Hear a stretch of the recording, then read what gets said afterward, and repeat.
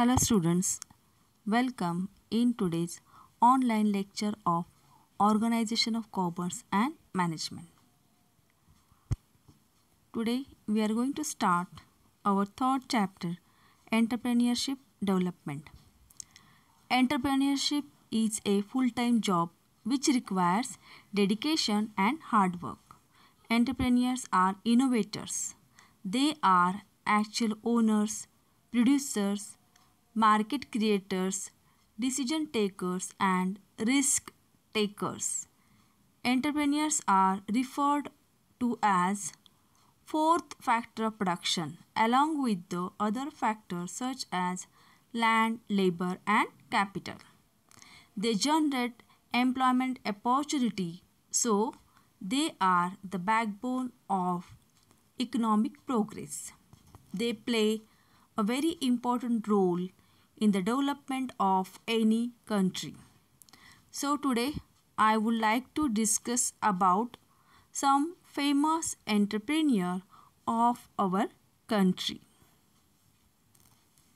The first famous entrepreneur is Dhirubhai Ambani, founder of Reliance Group. He is popularly known as Dhirubhai Ambani. His full name is Dheeraj Lal Hirachand Ambani. He was an Indian business tycoon. He founded Reliance Industries. He gave up his education while he was in college to take a job. He is recognized as the person who modified the Indian corporate history. Formerly, he had done matriculation and began his entrepreneurship by selling bhajis to pilgrims in Mount Girnar throughout the weekends. Later, with hard work, he became the successful businessman. The second entrepreneur is Gautam Adani, founder of the Adani Group. Gautam Adani, founder of Adani Group, dropping out halfway through his commerce degree, Gautam Adani went ahead to begin the Adani Group, a multinational company.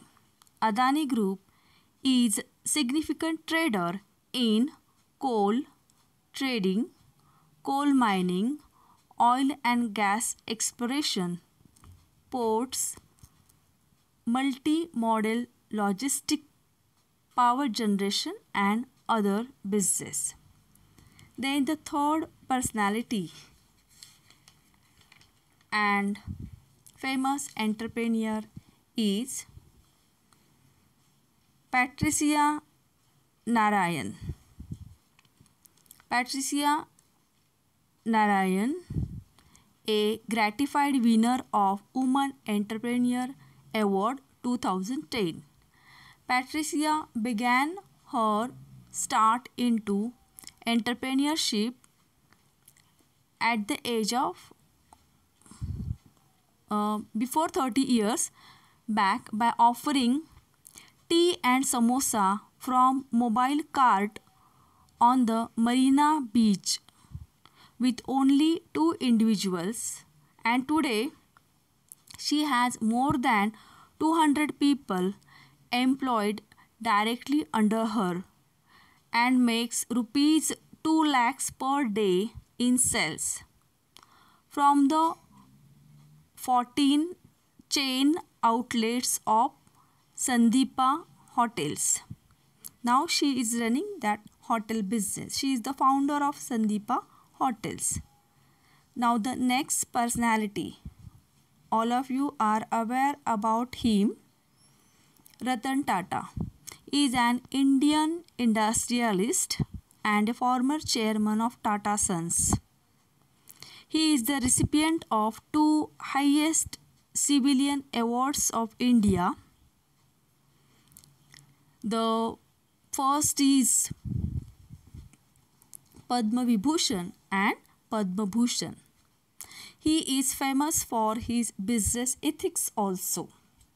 And the next personality is Veena Patil, founder of Veena World. Veena World is a travel company in India which offers wide range of domestic and international holiday package. It was established in the year 2013. Earlier, Veena Patil was working with his father in Kesari Tours, but later she started his own traveling company, Veena World. Now she is managing director of the company, and more than 700 employees are working in that company, which includes 350 or more tour managers. Now she is handling all the business alone successfully. Now, why I have given these examples of these famous entrepreneurs? Because in our country there are many male female entrepreneurs which are contributing their efforts in the development of our country's economy. Some of them are highly qualified and educated, and some of them not even completed their school or college education. Still, due to their willingness, hard work, self-confidence made them successful entrepreneur.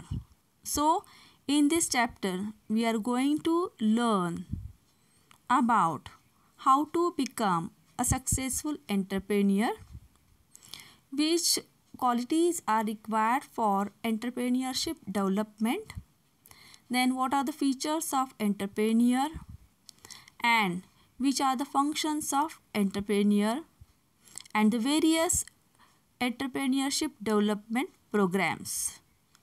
Then we are also going to discuss about the recent initiatives in entrepreneurship development. So all this is chapter about how to become a successful entrepreneur. See, for our country's development, we require more and more entrepreneurs. So to make our country self-dependent, entrepreneurship development is required. So in this chapter, we are going to discuss all about this. Now at first, we are going to learn about the concept. The word entrepreneur comes from the French verb entreprendre. It means to undertake. An entrepreneur is a person who starts a business and is willing to risk loss in order to make money. The entrepreneurs are passionate to innovate, lead, invent, or pioneer with a disruptive product or technology. तर विद्यार्थी मित्रांनो, आज आपण तिसऱ्या प्रकरणाला सुरुवात केलेली आहे, एंटरप्रेन्योरशिप डेव्हलपमेंट. या लेसनमध्ये आपण एंटरप्रेन्योरशिप डेव्हलपमेंट म्हणजे काय, उद्योजकतेचा विकास, तर याची आवश्यकता काय आहे, एक चांगला उद्योजक होण्यासाठी कोणकोणत्या गुणांची आवश्यकता आहे, त्यानंतर उद्योजकाचे फीचर्स काय आहेत, त्याचे कार्य काय आहेत, आणि उद्योजकतेचा विकास होण्यासाठी कोणकोणते प्रोग्रॅम्स आपल्या देशामध्ये लॉन्च केलेले आहेत, या संदर्भामध्ये या पाठामध्ये माहिती दिलेली आहे. तत्पूर्वी मी तुम्हाला काही आपल्या देशातील नामवंत उद्योजकांविषयी अल्पपरिचय दिला आहे, की ज्यामध्ये काही रतन टाटा किंवा गौतम अदानी, त्याच्यानंतर वीणा पाटील यासारखे उद्योजकांचा आपण समावेश केलेला आहे. तर इथं सांगण्याचा मुद्दा हाच आहे की उद्योजक हे कोणीही व्यक्ती बनू शकते, म्हणजे एखादा स्त्रीसुद्धा उद्योजक होऊ शकते किंवा एखादा पुरुषसुद्धा उद्योजक होऊ शकतो. तिथे कोणत्याही प्रकारचे असे बंधन नाही. मग काय आवश्यक आहे? तर उद्योजक होण्यासाठी तुमच्याकडे काय असायला पाहिजे? तर एक इच्छाशक्ती, प्रबळ इच्छाशक्ती असायला पाहिजे. त्यानंतर डेडिकेशन असायला पाहिजे. त्यानंतर हार्डवर्क करणं गरजेचं आहे आणि तुमच्याकडे काहीतरी नाविन्यपूर्ण कल्पना ही असणं आवश्यक आहे की ज्या कल्पनेला सत्यात उतरवण्यासाठी तुम्ही कोणत्याही प्रकारचे कष्ट घेण्यासाठी तयार आहात. अशा प्रकारची विल पॉवर त्या व्यक्तीमध्ये असणं हे गरजेचं आहे. मग ती व्यक्ती ही उद्योजक बनू शकते आणि आपल्या देशामध्ये आपल्या देशाला स्वावलंबी करण्यासाठी आपल्या देशामध्ये अधिकाधिक उद्योजकांची निर्मिती होणं हे अतिशय महत्त्वाचं आहे. कारण या अशा उद्योजकांमुळेच देशाची आर्थिक प्रगतीही होऊ शकते आणि त्यामुळेच या पाठाचे महत्त्व आपल्या सिलेबसमध्ये अधिक आहे की जेणेकरून भविष्यामध्ये तुमच्यापैकीच काही जण हे प्रसिद्ध उद्योजक होऊ शकतील आणि आपल्या देशाला सावरण्यासाठी मदत करू शकतील, हातभार लावू शकतील. म्हणून हा धडा किंवा हा जो भाग आहे आपल्या सिलेबसमधला तो अतिशय महत्त्वाचा आहे. तर यामध्ये आपण एंटरप्रेन्युअरशिप डेव्हलपमेंट म्हणजे काय, तर ॲक्च्युली हा एंटरप्रेन्युअर हा जो शब्द आहे तो फ्रेंच या भाषेतून घेतलेला आहे. तर एंटरप्रेन्डर या शब्दापासून हा शब्द घेतलेला आहे आणि याचा अर्थ असा आहे की टू अंडरटेक म्हणजे काय, एखादं प्रोजेक्ट सुरू करणं. तर एंटरप्रेन्युअर ही अशी व्यक्ती आहे की जी व्यक्ती एखादा नवीन उद्योग सुरू करण्यास तयार असते आणि पैसा कमवण्यासाठी ही व्यक्ती एखादा धोका पत्करण्यासाठी सुद्धा तयार असते. तर अशी जी व्यक्ती आहे त्या व्यक्तीला एंटरप्रेन्युअर किंवा उद्योजक असं आपण म्हणू शकतो. Okay, now see some definitions are given about the entrepreneur or entrepreneurship. Some are included in our lesson. Just take a look on all these definitions. 3 definitions are given. The first one is according to Howard Stevenson, entrepreneurship is the pursuit of opportunity beyond resources control. This one the first. Then the second is Webster Dictionary gives a definition.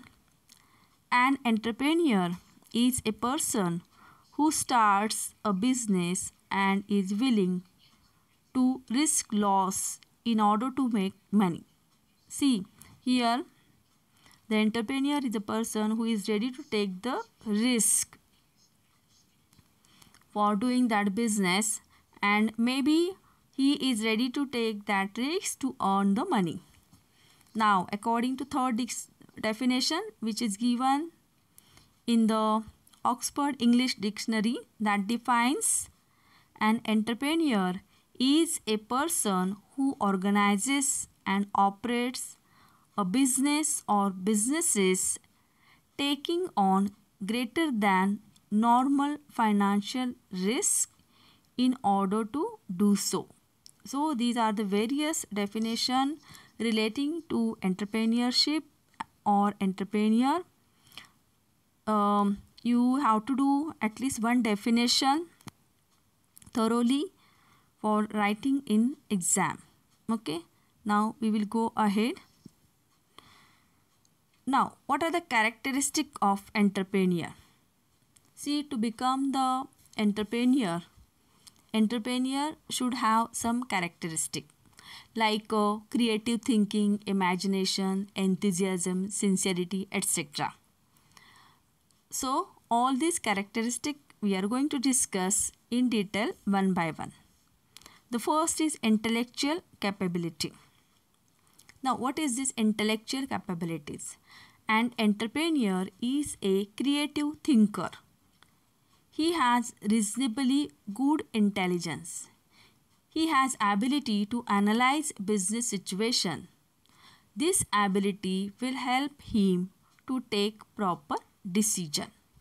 आता intellectual capabilities म्हणजे काय, तर entrepreneur किंवा जो उद्योजक असतो त्याची जी विचार करण्याची शक्ती असते ती त्याच्या बुद्धिमत्तेचा त्याच्याशी जोडणी झालेली असते.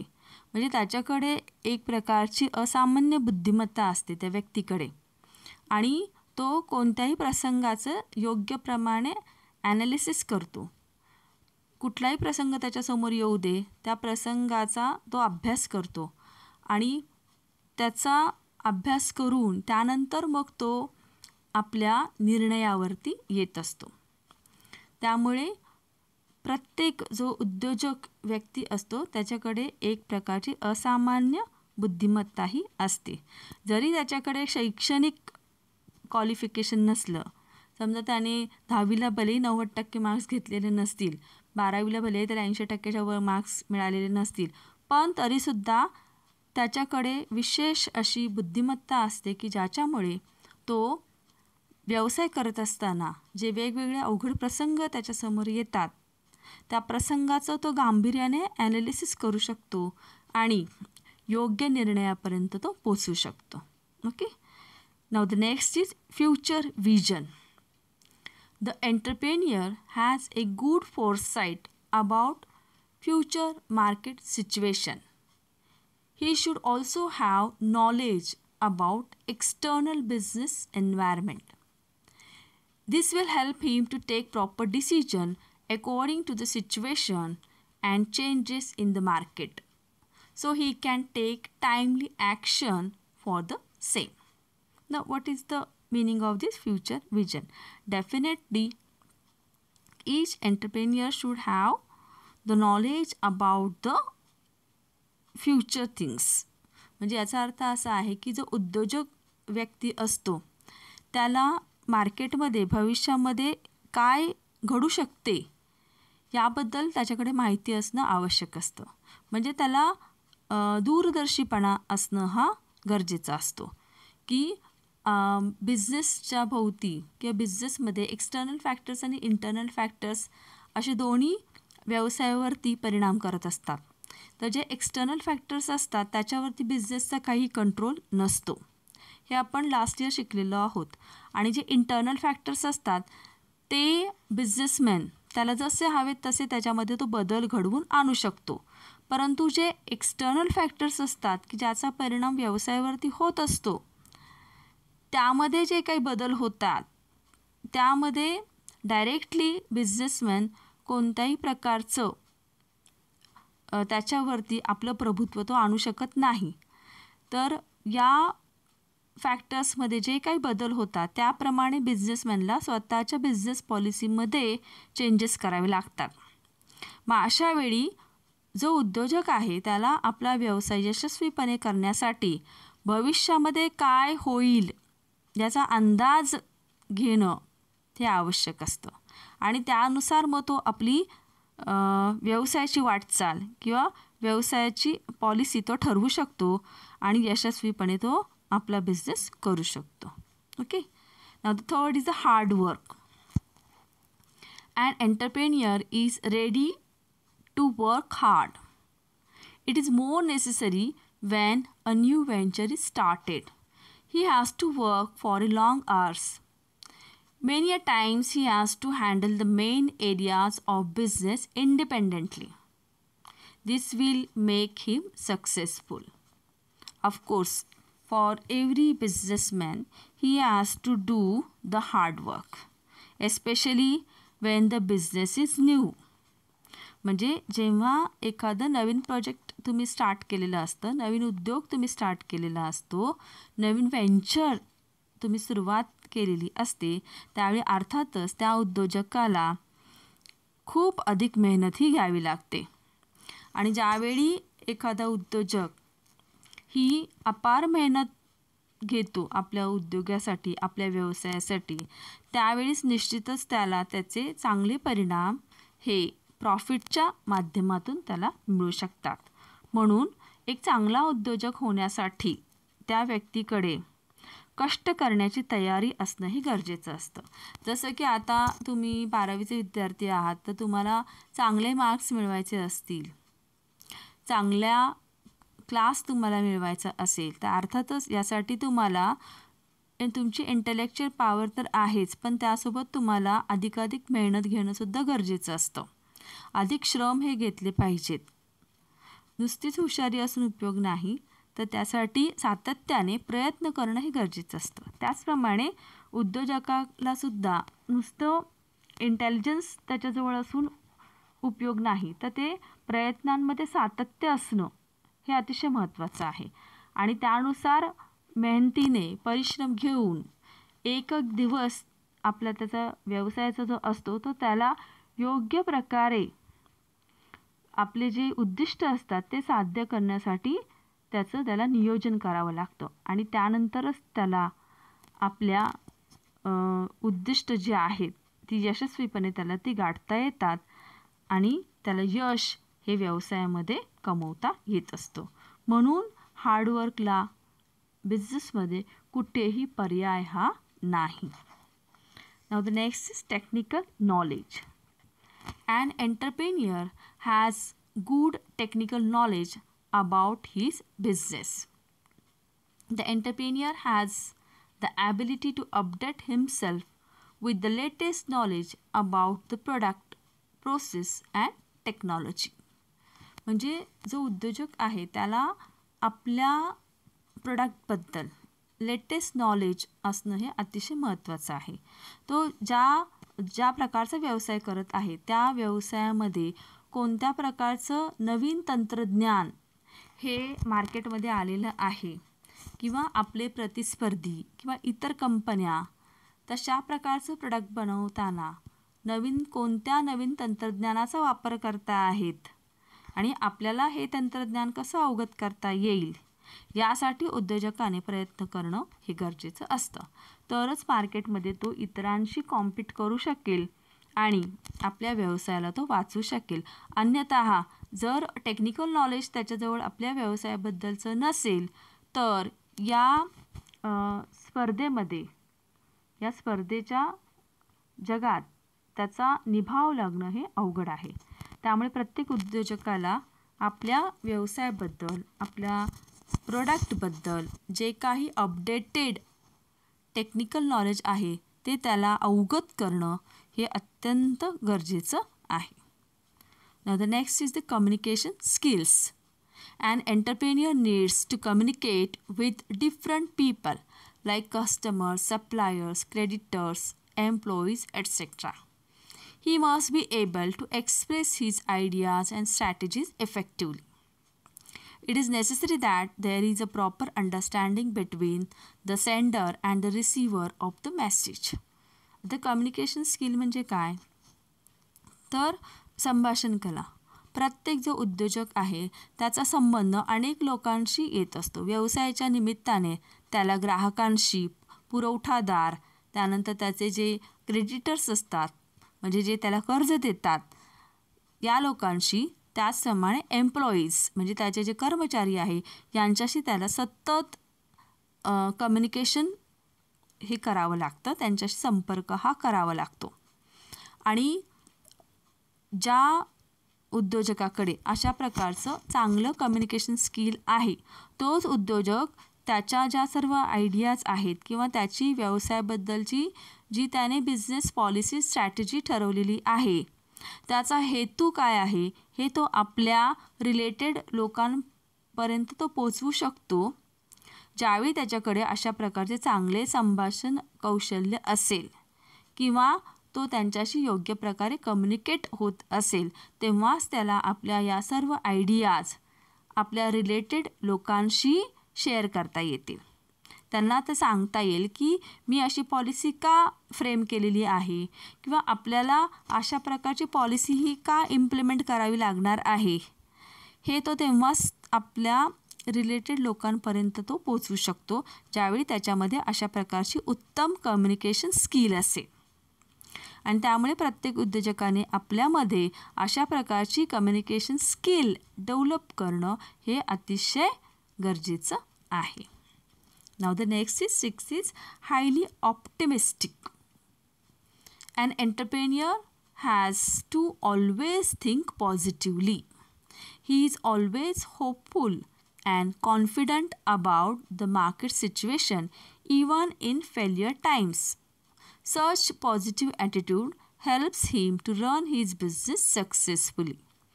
म्हणजे जो उद्योजक आहे त्याने नेहमी आशावादी असणं हे महत्त्वाचं असतं उद्योगासाठी, उद्योगाच्या यशासाठी. तर प्रत्येक उद्योजकाने नेहमी भविष्याबद्दल आशावादी असणं हे गरजेचं आहे. आणि जरी त्याला काही प्रसंगी कदाचित अपयश हे येऊ शकतं, पण असे अपयश आल्यावर खचून न जाता त्यातून आपण काहीतरी शिकायला पाहिजे की आपण कुठे कमी पडलो याचा शोध घेतला पाहिजे. तुम्हाला स्वॅट ॲनालिसिस माहिती आहे, स्ट्रेंथ, विकनेसेस, ऑपॉर्च्युनिटी आणि थ्रेट्स.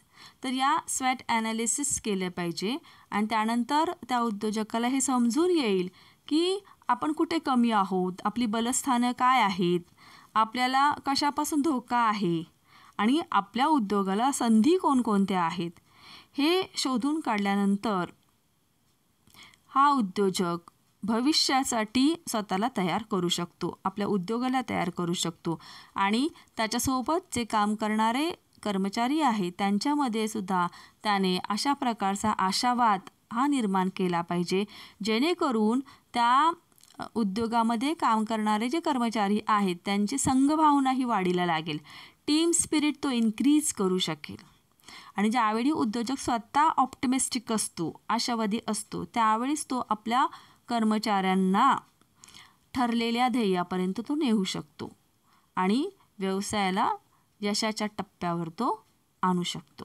त्यामुळे प्रत्येक उद्योजकाने आशावादी असणं हे गरजेचं आहे, जेणेकरून तो भविष्यामध्ये येणारे जे संकट आहेत किंवा अनसर्टन इव्हेंट्स आहेत त्याला तो धैर्याने सामोरा जाऊ शकेल. Now the next is risk bearing capacity.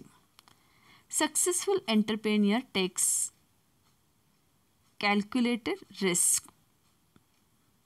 He is ready to face challenges and always seeks new and more opportunities.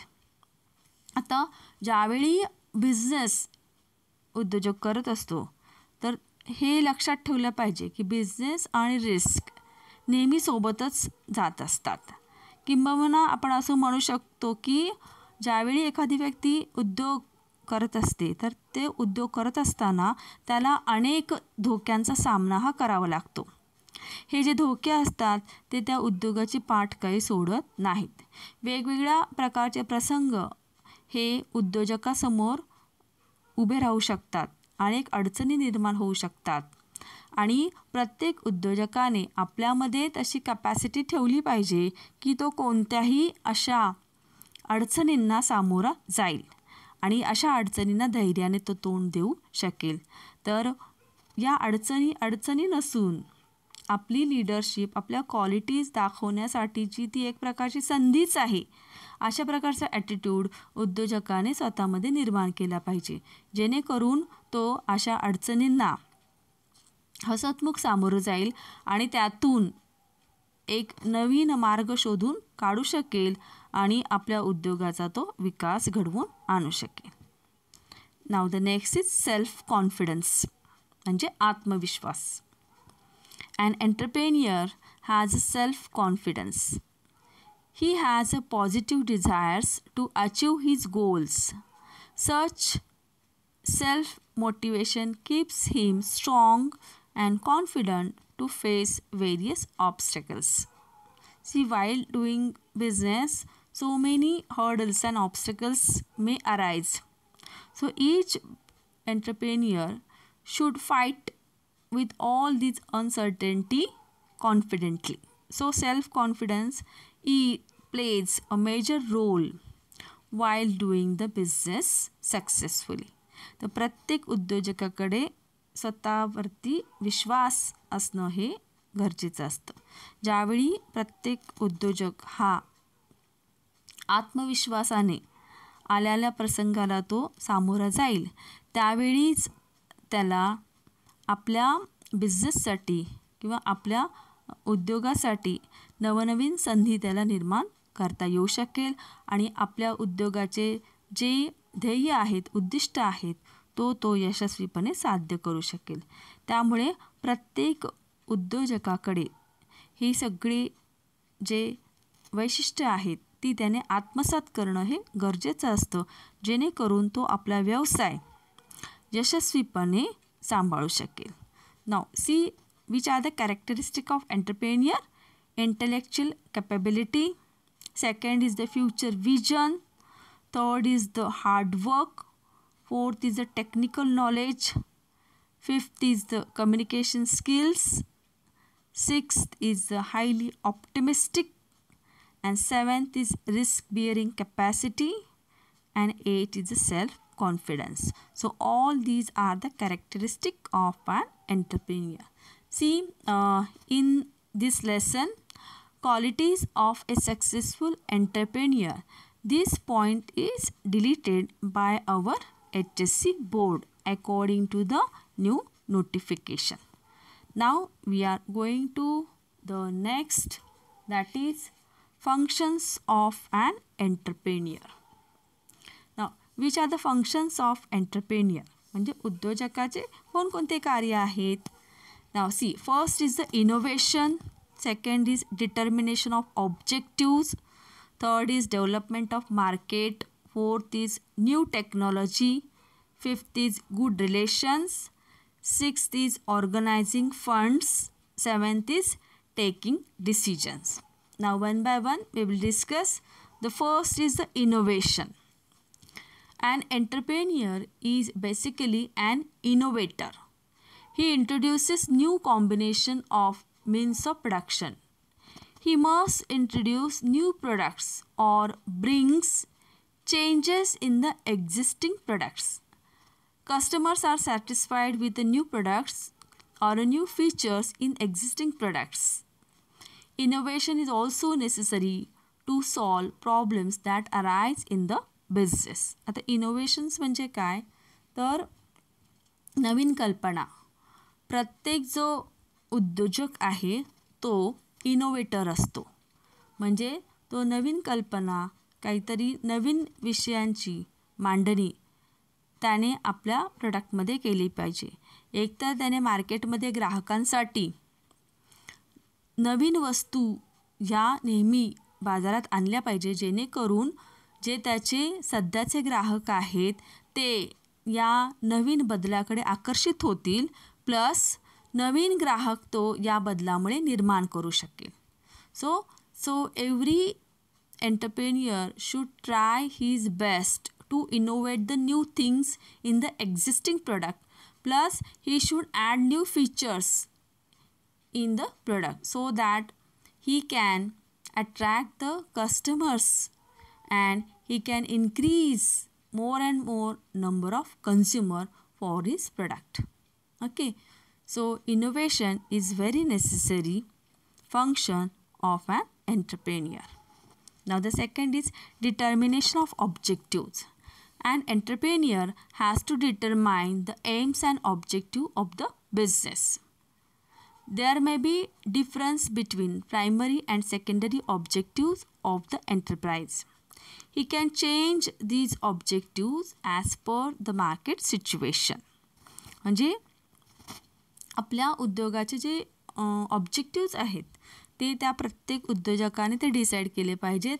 प्रत्येक बिझनेसचे प्रायमरी आणि सेकंडरी ऑब्जेक्टिव्ह असतात आणि जो उद्योजक आहे त्याने मार्केटमधली परिस्थिती पाहून ती प्रायोरिटी ठरवायची असते की आपल्याला काय साध्य करायचं आहे, की आपण कशाला महत्त्व द्यायचं आहे उद्योग व्यवसाय आपला करत असताना. तर अशा प्रकारे प्रत्येक जो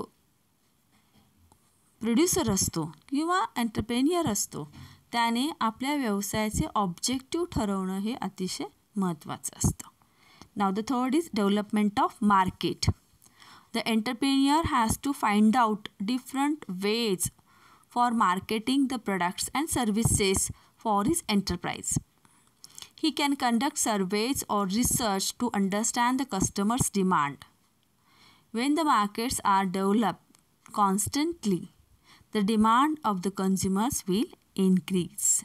Now, see, for the study of mentality of the consumer and the market situation, conducting the survey is necessary for the entrepreneur.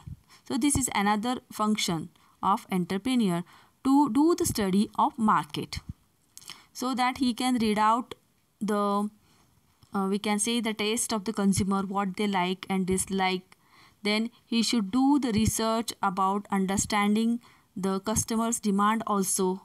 Then only he can take the proper decision. So development of market and situation in the market and doing the study about all these is always necessary for the entrepreneur. म्हणजे मार्केटमध्ये किंवा बाजारामध्ये ग्राहकांची आवड कशी आहे, ग्राहकांना काय पाहिजे आहे, त्यांचा विचार करण्याची पद्धत काय आहे, तर याविषयी सर्वे हा केला पाहिजे. आणि अशा प्रकारे सर्वे करून प्रत्येक उद्योजकाला मार्केटमधील किंवा बाजारातील स्थिती काय आहे, त्या प्रोडक्टबद्दल ग्राहकांचं मत काय आहे, याविषयी त्याला माहितीही मिळू शकते. आणि त्यामुळे तो आपल्या प्रोडक्टमध्ये व्हेरिएशन्स आणू शकतो किंवा त्याची पॉलिसी जी आहे, बिझनेस पॉलिसी आहे, त्यामध्ये तो अनुरूप बदल हे करू शकतो. Okay. Now the next is new technology. In a global world every day there is an invention of new technology. Introduction of new technology will always result in growth of business. For example, new machinery, advanced technology, and scientific method of production, etc. So always this new technology affects the success of the business. So taking the review of all these inventions relating to the new technology is very important for the entrepreneur. म्हणजे प्रत्येक जो उद्योजक आहे त्याने new technology मार्केटमध्ये कोणकोणती आहे याचा फॉलोअप घेतला पाहिजे आणि या न्यू टेक्नॉलॉजीचा वापर त्याने आपला उद्योग करत असताना निश्चितच केला पाहिजे, की जेणेकरून त्याची प्रोडक्शनची जी मेथड आहे ती जास्तीत जास्त ही सायंटिफिक बेस असेल आणि तो नवीन मशिनरीचा, नवीन तंत्रज्ञानाचा जर त्याने वापर केला तर अर्थातच तो नाविन्यपूर्ण वस्तूंची निर्मिती करू शकेल आणि आपल्या ग्राहकांना अधिकाधिक चांगल्या सेवा तो पुरवू शकेल. Now the next is good relations. It is necessary to maintain healthy working atmosphere in an organisation. It depends upon the efficient relations between the subordinates and superiors. Coordination among the employees is the key of success. Always, it is necessary for the entrepreneur, the owner, the producer to maintain the good relations with all the subordinate staff. So, he should always give moral support to his staff so that the feeling of belongingness will increase among the employees or the subordinate, and they will do their best for the success of the business. म्हणजे जो व्यवसायाचा मालक आहे, जो entrepreneur आहे, उद्योजक आहे, तो आणि त्याचा जो स्टाफ आहे, कर्मचारी आहे, यांच्यामधले रिलेशन्स हे नेहमी चांगले असले पाहिजे, जेणेकरून हा जो स्टाफ आहे किंवा त्याच्या हाताखाली काम करणारे जे सगळे वर्कर्स आहेत त्यांना हा उद्योग, ती संस्था ही त्यांना स्वतःची वाटली पाहिजे. आणि अशा प्रकारची फिलिंग, अशा प्रकारची भावना जर या सबऑर्डिनेट स्टाफमध्ये निर्माण झाली तर अर्थातच त्याचे चांगले परिणाम हे त्या उद्योजकाला नफ्याच्या स्वरूपामध्ये बघायला मिळतात. म्हणून प्रत्येक उद्योजकाने आपल्या कर्मचाऱ्यांसोबत नेहमीच चांगले सहसंबंध निर्माण केले पाहिजेत, गुड रिलेशन त्याने मेंटेन केले पाहिजेत. Now the six is organising funds.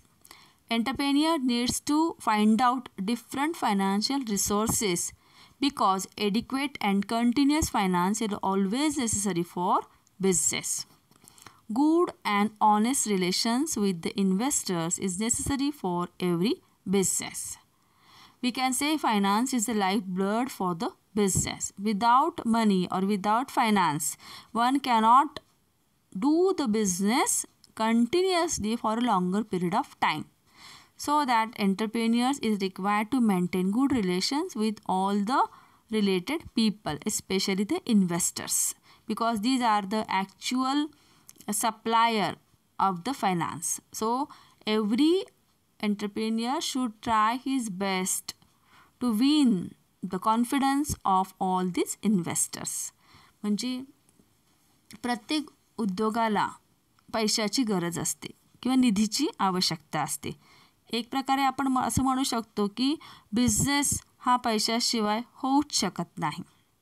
प्रत्येक गोष्टीला पैसा हा लागत असतो आणि व्यवसायामध्ये कोणतीही व्यवसाय असेल त्यामध्ये मुख्यत्वे करून जे गुंतवणूकदार असतात त्यांची भूमिका ही अतिशय महत्त्वाची असते.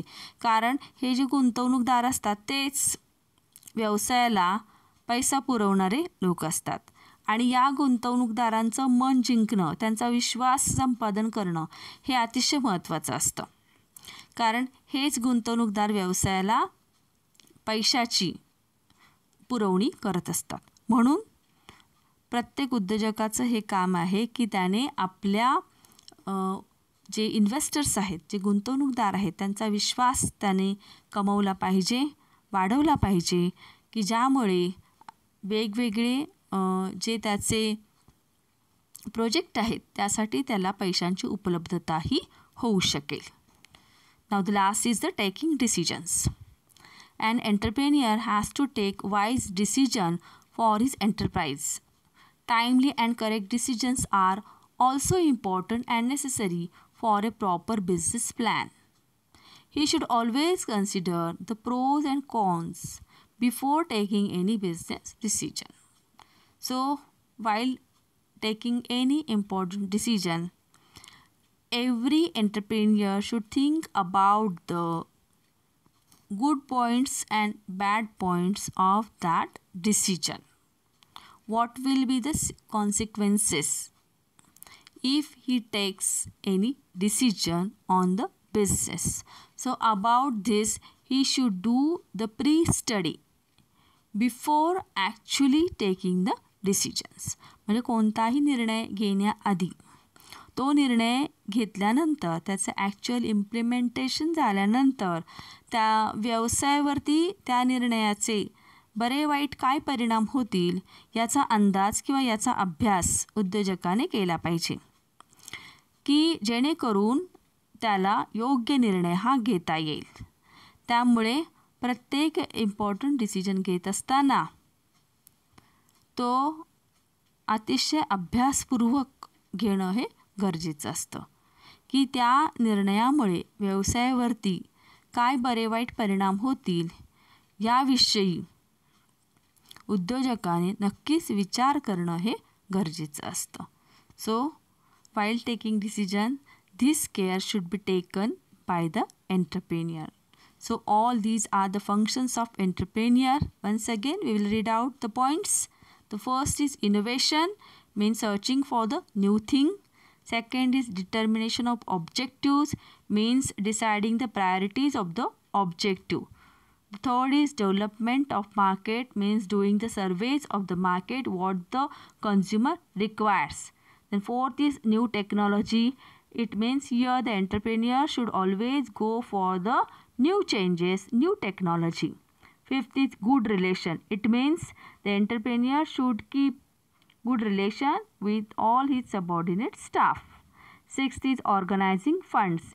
It tells that every entrepreneur should win the confidence of investors, because these investors have provided the funds for the business. And the last one is taking decision. So before taking any decision, every entrepreneur should think about the good and bad effects of that decision. So all these are the functions of the entrepreneur. So students, in this lecture we have done the discussion about what is the entrepreneur or entrepreneurship, its definition, Then we have done the characteristic, and now the functions we have discussed. More about remaining part of this lesson we are going to continue in our next lecture. Till then, take care, be happy, and goodbye. Thank you.